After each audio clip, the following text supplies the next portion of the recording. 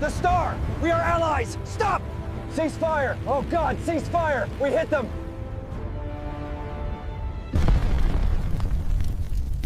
On November 7th, 1944, American fighter planes unleashed a deadly attack.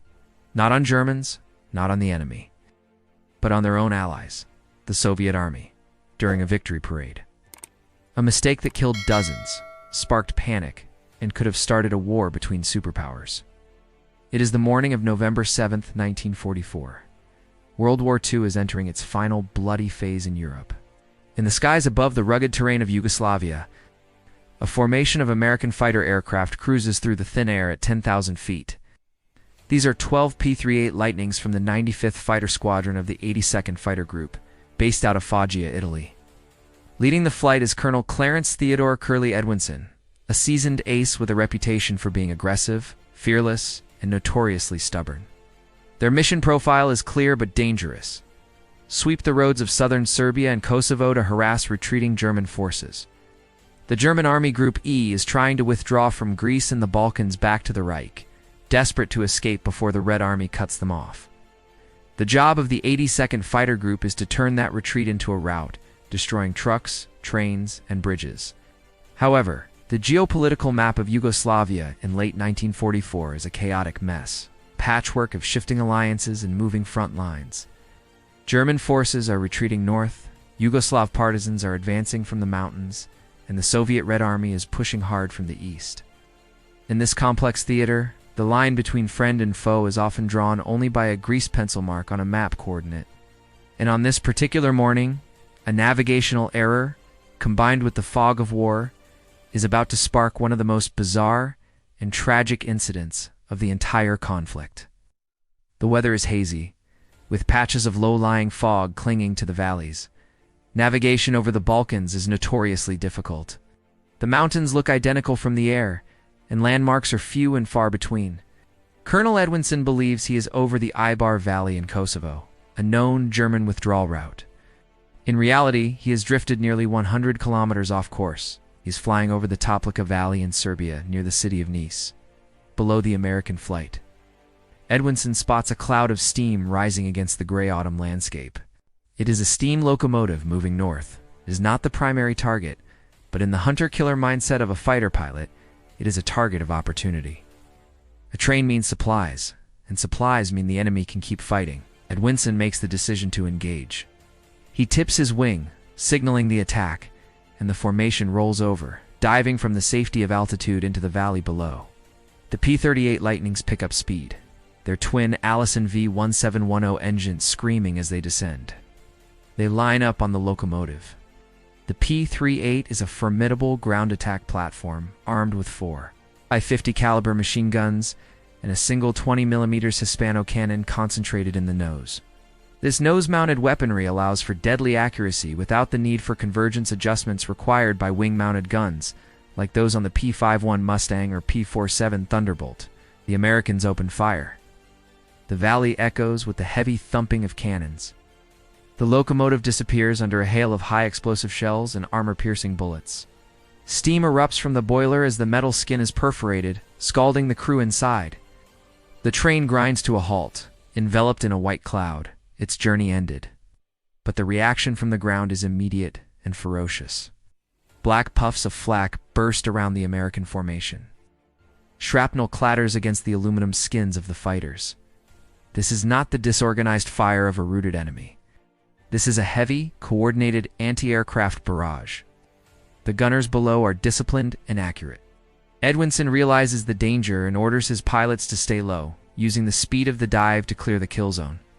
Hugging the terrain to make tracking difficult for the gunners, but they are not fast enough. One of the P-38s is bracketed by explosions. A 37mm shell strikes home, tearing through the engine nacelle. The twin-boom fighter bursts into flames. Trailing thick black smoke, the aircraft shudders violently. The pilot radios a distress call, his voice tight with fear, confirming he is going down. The rest of the squadron watches in horror as the stricken plane slams into a hillside, erupting in a massive fireball. There is no parachute. The first American casualty of the day has been claimed, and the blood of the squadron is up. It's fueled by grief and the burning desire for retaliation. The American flight continues northward over the Serbian mountains. They are looking for the source of the Flak, looking for the enemy army that killed their wingmen. As they crest a ridge, the ground drops away to reveal a broad valley surrounding the city of Niš. There, laid out before them like a model set, is an airfield and a massive military convoy moving along the road to Belgrade. From the cockpit, it looks exactly like the German retreat described in the intelligence briefings. There are trucks, tanks, horse-drawn artillery, and thousands of infantry marching in column. To Edwinson and his pilots, this is the jackpot. They believe they have caught the Wehrmacht in the open, vulnerable, and exposed. The adrenaline takes over. They check their gun sights and arm their bomb racks. However, a tragic misunderstanding is unfolding. The troops below are not German. They are the Soviet 6th Guards Rifle Corps of the Red Army, accompanied by Yugoslav partisans. They have just liberated Niš from the Germans and are advancing to join the Belgrade offensive. And today is not just any day. It is November 7th, the 27th anniversary of the October Revolution, the most sacred holiday in the Soviet calendar. The mood on the ground is festive. The Soviet column is not in combat formation, they are parading. Bands are playing brass music, soldiers are singing patriotic songs, and large red Soviet banners are draped over the trucks and tanks to identify them to friendly aircraft. They feel safe. The Luftwaffe has been swept from these skies weeks ago. When the soldiers hear the rumble of engines, they look up and see the distinctive twin-boom silhouette of the P-38s. They smile and wave, tossing their caps in the air. To them, these are allies, the Americans, providing air cover for their advance. They have no idea that they are being viewed through gun sights. They assume the earlier explosion was an attack on a German straggler. Lightnings peel off and begin their strafing run. The roar of the engines drowns out the music on the ground. The few Soviet officers who realize the mistake in the final seconds try desperately to warn the pilots. They grab the red standards and wave them frantically, screaming into the noise, waving their arms, firing flares. But it is futile. At over 300 miles per hour, looking through a reflector sight, the pilots miss the details. They see only a gray column of troops, the enemy. They press the triggers. The devastation is instantaneous. The sheer volume of fire from 12 P-38s tears through the packed column. The 20mm cannons blow trucks apart, sending burning fuel and shrapnel into the ranks of the marching infantry. The 50 caliber rounds cut down men by the dozen. The festive parade turns into a slaughterhouse within seconds. Among the casualties is Lieutenant General Grigoriy Kotov, the commander of the corps. He is killed instantly by the strafing run, his body thrown from his command vehicle. Panic grips the column. Soldiers dive into ditches, confusion reigning supreme. Why are the Americans attacking? Is it a German trick? Are these captured planes flown by the Luftwaffe? Then the bombs fall. The 500-pound explosives crater the road, destroying vehicles and trapping the unit in a kill box of fire and smoke. The screams of the wounded mix with the roar of burning gasoline. At the nearby Niš airfield, the sound of the massacre drifts across the valley. Soviet observers stand frozen for a moment, watching smoke rise from their own column. Then, the air raid sirens wail. The airfield is alerted.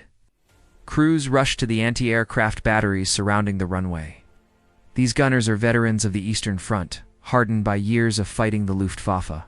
They do not hesitate. They swing their 37mm and 85mm guns toward the incoming aircraft. They do not know who is flying them, or perhaps they do not care. They are under attack, and they defend their motherland instinctively. In the air, Edwinson spots the airfield. He mistakes the parked Soviet Yak fighters for German Messerschmitt Bf-109s. The camouflage patterns are similar from a distance. He leads his flight down for a strafing run on the parked aircraft, determined to destroy the enemy air power on the ground. The Soviet AA guns open up with a deafening roar. Tracers arc into the sky, creating a wall of lead that the Americans must fly through. The Americans press the attack, their cannons ripping through the canvas and wood of the parked aircraft. But the ground fire is withering. Second Lieutenant Alden Carlson's P-38 takes a direct hit. The aircraft shudders violently as the shell tears through the wing spar, tries to pull up, wrestling with the yoke, but the hydraulic systems are severed. The heavy fighter, known for being difficult to handle when damaged, refuses to climb. It rolls over and crashes a kilometer from the runway, exploding on impact. Edwinson, seeing another of his men die, is now convinced he is fighting a heavily defended German stronghold. The fury of battle clouds his judgment. He orders his pilots to regroup, gain altitude, and strike again. He wants to wipe the airfield off the map. On the runway, amidst the chaos of strafing and exploding aircraft, Soviet pilots are scrambling. Leading them is the legendary ace, Alexander Koldunov, a man who would go on to become a double hero of the Soviet Union. Koldunov and his wingman. Junior Lieutenant Shapula throttle their Yak-9 fighters forward. They take off directly into the teeth of the attack, dodging craters on the runway. The Yakovlev Yak-9 and Yak-3 are very different beasts compared to the American P-38. The P-38 is a heavy, twin-engine interceptor designed for high-altitude energy fighting. It relies on speed and dive performance. It is complex, expensive, and heavy. The Yak is a lightweight, single-engine dogfighter, often built with wood and ply to save metal, but is agile, quick, and deadly at low altitudes. It is a knife fighter compared to the P-38's broadsword. As Koldunov lifts off, he looks up. The silhouette of the P-38 causes immediate confusion. To the Soviet pilots, the twin-boom tail looks remarkably like the Focke-Wulf FW-189 Uho, a German reconnaissance plane. But FW-189s don't attack like this. The confusion adds to the fog of war. Are these Germans flying captured planes? Or is this a new secret weapon? The rest of the Soviet squadron follows, taking off in a desperate swarm. The Americans, holding the altitude advantage, dive on them. It is a slaughter at first. The P-38s use their energy to boom and zoom, diving on the slow-climbing Yaks, firing and pulling back up. One Yak is blasted apart before its wheels even retract, sending debris scattering across the tarmac. But one Soviet pilot sees an opening, as a P-38 pulls out of a dive, exposing its large belly. The Yak pilot pulls his nose up and unleashes a burst of cannon fire. The American plane, piloted by Second Lieutenant Philip Brewer, flies right into the stream of shells. The lightning disintegrates in midair, crashing to the northeast of the airfield. The battle now devolves into a swirling dogfight, the only known direct air combat between the USA and the USSR during World War II. Koldunov and Shapula race across the treetops, trying to gain energy. They are isolated, outnumbered, and fighting for their lives. Shapula is targeted by a P-38 that dives from above. The American tracers stitch the air around him. Shapula banks hard, pushing the Yak to its aerodynamic limit. The agile Soviet plane turns inside the heavier American fighter, forcing the P-38 to overshoot. The American pilot struggles to pull his heavy machine around, losing precious energy. But the Americans work in pairs, as Shapula evades one. Another P-38 latches onto his tail. Koldunov sees his wingman in mortal danger. He reverses his turn, ignoring the G-forces crushing him into his seat. He lines up a deflection shot on the P-38, threatening Shapula. He fires. The Soviet 20mm cannon shells strike the P-38's engine boom. The American fighter bursts into flames. The canopy flies off and the pilot bails out, drifting down into the war zone below, suspended under a white silk canopy. The air is filled with the whine of engines and the rattle of machine guns. It is a clash of doctrines, American energy tactics versus Soviet turn fighting. The P-38s try to keep the fight vertical, using their superior climb rate. The Yaks try to drag the fight down to the deck, where they can outturn the heavy lightnings. Koldunov spots a P-38 and chases it into a spiral climb. The American pilot expects the Soviet plane to stall, but the Yak-3 has an incredible power-to-weight ratio. Koldunov hangs on its prop, closing the distance, refusing to let go. Suddenly, tragedy strikes from below. Soviet anti-aircraft crew, firing blindly at anything in the sky, tracks a Yak fighter. In the confusion, they mistake it for a German attacker. Shell strikes the Soviet plane. The aircraft disintegrates. Shapula watches his comrade fall to friendly fire, a senseless loss in a senseless battle. Shapula, now alone and enraged, spots an American fighter below him. He dives. but he is jumped by multiple P-38s. One American performs a hammerhead stall turn, bringing his nose to bear on the Soviet fighter. Shipula has nowhere to go. He flies straight into the head on fire. His plane erupts in flames and crashes just 500 meters from the airfield he was trying to defend. The battle has been raging for 15 minutes. Smoke rises from the column, the airfield, and the crash sites of half a dozen aircraft. Soviet reinforcements arrive a flight of Yak-3 south, led by Captain Koldunov. Koldunov approaches the battle with caution. He has been told they are fighting Germans. But as he gets closer, he sees the distinct shape of the attackers. He recognizes them. They are P-38 Lightnings, Allies. He remembers seeing silhouettes of these planes and identification manuals. He realizes that shooting them down won't stop the massacre. It will only start a war between allies. He takes a massive risk. He throttles up and flies directly alongside the lead American plane, Colonel Edwinson's Lightning. Koldunov flies dangerously close, wingtip to wingtip. He rocks his wings aggressively, flashing the large red stars painted on his fuselage and wings. He points down at the burning column, then at his own markings. He flies in front of Edwinson, exposing his tail, showing trust and desperation. Edwinson looks out of his cockpit. He expects to see a German cross or a swastika. Instead, he sees the red star of the Soviet Union. The realization hits him like a physical blow. The trucks below are not Wehrmacht. The airfield is not Luftwaffe. They have been attacking their own allies. The festive banners, the waving soldiers, it all clicks into place with horrifying clarity. A cold sense of dread washes over the American commander. He grabs his radio microphone, his hand shaking. Ceasefire, ceasefire. They are Soviets. Repeat, they are Soviets. Disengage immediately. All flights. Return to base. The order goes out. The American pilots, confused and horrified, pull out of their dives. They turn west, putting their engines to maximum power to flee the scene. The surviving Soviet Yaks chase them for a few miles to ensure they are leaving, but they do not fire. The guns fall silent, leaving only the sound of wind and burning wreckage. As the dust settles over Niš, the toll becomes clear. The U.S. Air Force has lost 2 P-38 Lightnings and 2 pilots. The Soviet Air Force has lost between 3 and 4 fighters. On the ground, the casualties are catastrophic.